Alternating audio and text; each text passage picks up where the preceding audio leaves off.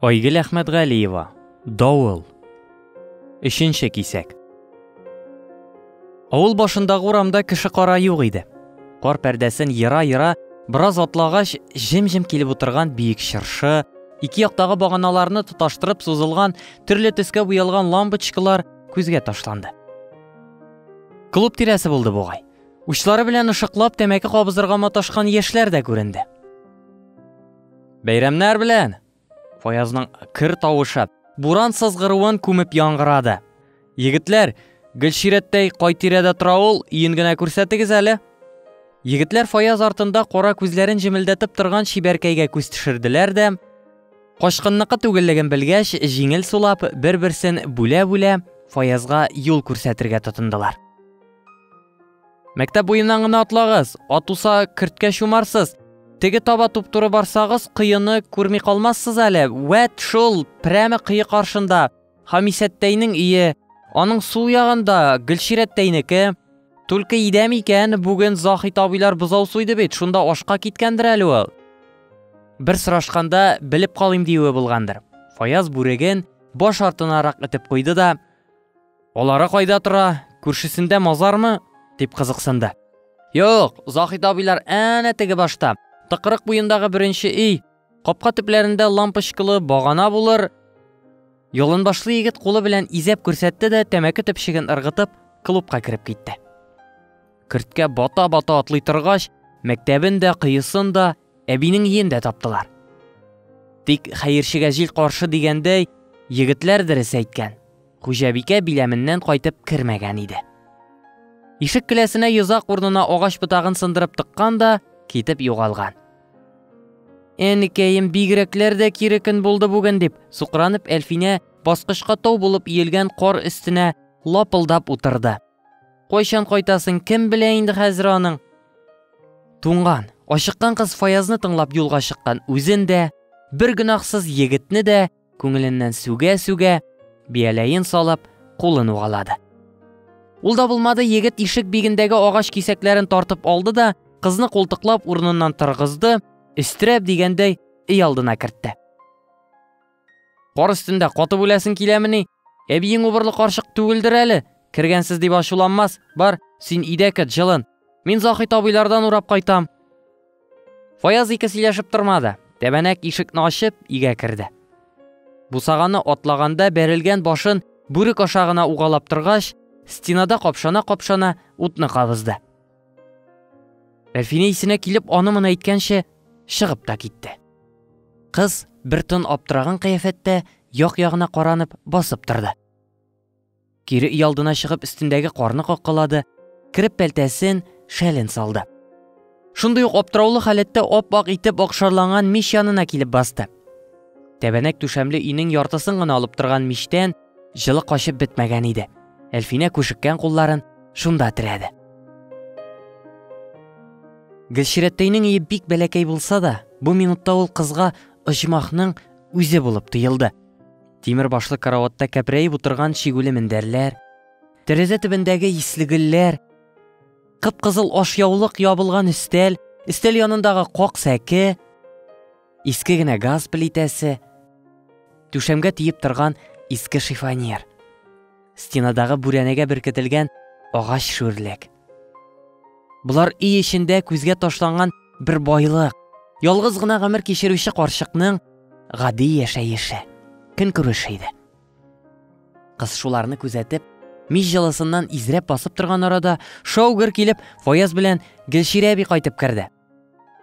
Ике күзе күренерлек итеп кенә мамык шәленә төренгән, сырмасын, киез итеген кар сарган, култык астына тиенчек кыстырган кечкенә гәүдәле карчык. "Эй, бәбәкәйләрем, яшьлегегез белән аны-моны уйламый чыккансыз инде, ярый әле монда керергә башыгыз җиткән. Ата-аналарыгызга гомерлек хәсрәт ясар егез. Алла сакласын" дип сөйләнә-сөйләнә җәһәт кенә чишенеп ташлады.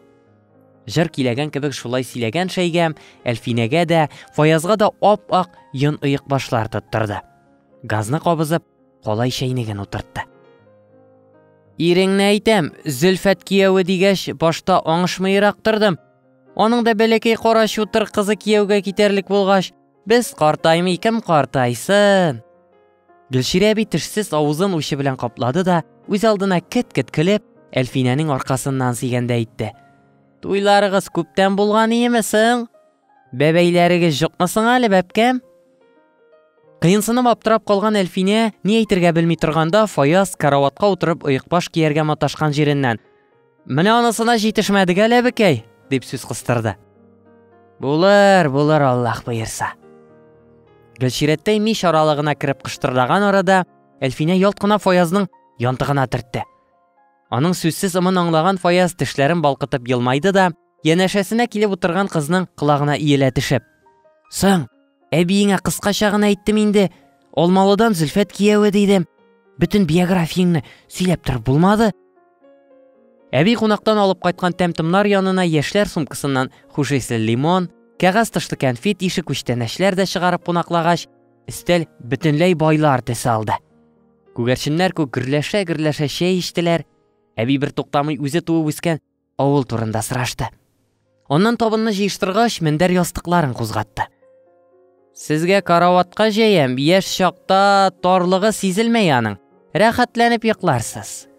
Гөлширәттәй караватның шәшәкле япмасын төреп куйгач, катлы-катлы итеп тезелгән юрганнарын, ястыкларын идәнгә күчерде. Күпреп пешкән калач күк йомры мендәрләр өстенә шигүле япма җәеп, көтелмәгән кунакларга урын әзерләде. Әбинең сүзләреннән кытышкан Әлфинә кулларын былгый-былгый: "Юк, Гөлширәттәй, караватыңда үзең ят, без әнә беребез идәнгә, беребез сәкегә тәгәрәрбез" дип каршы төшеп маташкан иде. Кая ул? Әбинең сүзе сүз булды. Гомер эчендә бер килеп кергән кунакларны идәндә йоклатамысың? Буларның барысын мыек астыннан гына елмаеп тыңлаган Фаязга ни? Ул сүзгә кушылмады. Жылы киемнәрен салды да, юрган астына кирип ятты. Уятыннан нишләргә белмәгән Әлфинә суга батучы саламга ябышкандай: "Гөлширәттәй, мин анавы ястык белән идәнгә генә сузылып ятыйм әле", дип сүз катып карады. "Кичәле ачуымны китереп тор тагын." Карчык сәкегә юрган түшәде. Башыннан яулыгын салып, сүз шикелле юка чәчләрен ике нәзек тылымга үреп куйды. Мич аралыгына кереп, озын җиңле ап-ак күлмәген киеп чыкты. Аннан соң гына сүзен дәвам итте: "Бер-берегезнең кадерен белеп кенә яшәгез, бәбәкәйләрем. Әнә минеке. Сугыш бетәр алдыннан уч төбе кадәр кара хәбәрен кычаклап калдым. Җилкәсенә башымны куеп, кырыенда гына утырыр өчен дә әллә ниләр бирер идем дә соң." Әлфинә Фаязга аркасын куеп, шарасыз кыяфәттә юрган астына чумды. "Шишенеп ят, эй җылы." Үз башын салмыйча ап-ак урын җиргә ятуын килештермәдеме? Әллә Әлфинәне кайгыртып әйтүе булды? Карчык өй ишеген догалаган җиреннән кызга әйләнеп карады. "Ишемә һаман җылы керми бит әле", дип алдарга мәҗбүр булды Әлфинә, биленнән кычып алган кайнар кулга терсәгеше белән төртеп. Утны сүндереп Гөлширәттәй сәкегә менеп яткач, Әлфинә карават читенәрәк ялышты.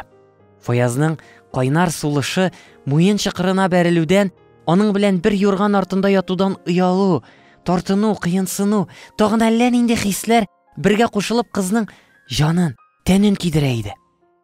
Ул калын күлмәге аша да биленә ут үрләткән кулны алып ташларга теләп, борылырга гына иткән иде, сиртмә караватның шыгырдавын ишетеп, өнсез калды. "Эй Ходаем, Гөлширәттәй әллә нәрсә уйламасын тагын." "Гөлширәттәй, быел җәй Алмалыга кайттыңмы соң?" дип пышылдады үз халәтеннән үзе курыккан Әлфинә. Карчык шул сүзне генә көткәндәй, җанланып башын калкытты. Баштарак пыш-пыш кына килеп, ике кичкә кунакка барып кайтуы, кемнәрне күрүе турында сөйли башлаган иде. Сүз йомгагы тәгәри торгач, пышылдау онытылды. Әлфинә исә карчык йоклап китә күрмәсен берүк дип, әле тегесен, әле монысын өстәп җибәргән булды. Аның этлеген, бу әңгәмәнең иртәнгә кадәр дә тынасы юклыгын аңлаган Фаяз кызның муеныннан үпте дә икенче ягына борылып ятты. Әлфинә күз кабагын баскан йокы белән көрәшә-көрәшә, Гөлширәттәйне сөйләндерүен дәвам итте. Ахыр чиктә, хан заманында булган хәлләрне инде үз алдына исенә төшереп яткан карчыкның борын астыннан ишетелгән тавышына изрәп, йоклап киткәнен дә сизми калды. Бергә яшәүләренә инде ничә ел. Фаязы шушы давыллы көнне, шушы мажараны гел-мәзәк итеп искә ала.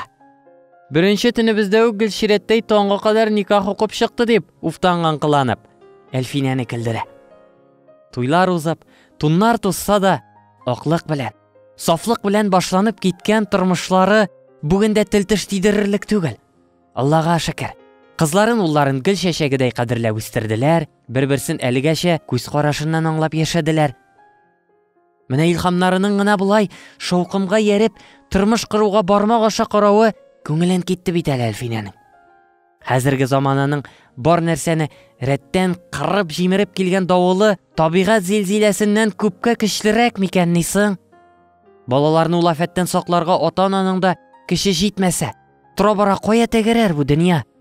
Туйдан соң думбра дигәндәй, бүген генә тора салып акыл сатудан нәрсәне үзгәртеп булыр? Илина дигәннәре дә берәүләрнең газиз баласы. Әнә бара юлың дип ишеккә төртеп күрсәтә алмассың. Гаип атта да, тәртәдә дә шул. Яшьләрнең үзләрен генә җиңел акыллылыкта битәрләр идең дә. Бишектән үк ана сөте белән бирергә онытканыңны нишләтерсең? Шундый уйлардан башы каткан ана казмамыклы мендәрне сабый баланы кочаклагандай күкрәгенә сыендырды да, җәйге кич куйнына кереп барган урамга тәрәзә аша күз ташлады. Иртәнге белән чагыштырганда җиһан бөтенләй үзгәргән кебек. Урам тын. Һәркем үз дөньясына кереп бикләнгән. Бар тарафтан куркыныч, бушлык карап тора сыман. Ни өчендер бик каты уялгандай, бит алмасына ут капкан кояш та тау башындагы биек наратлар артына кереп качарга җыена иде.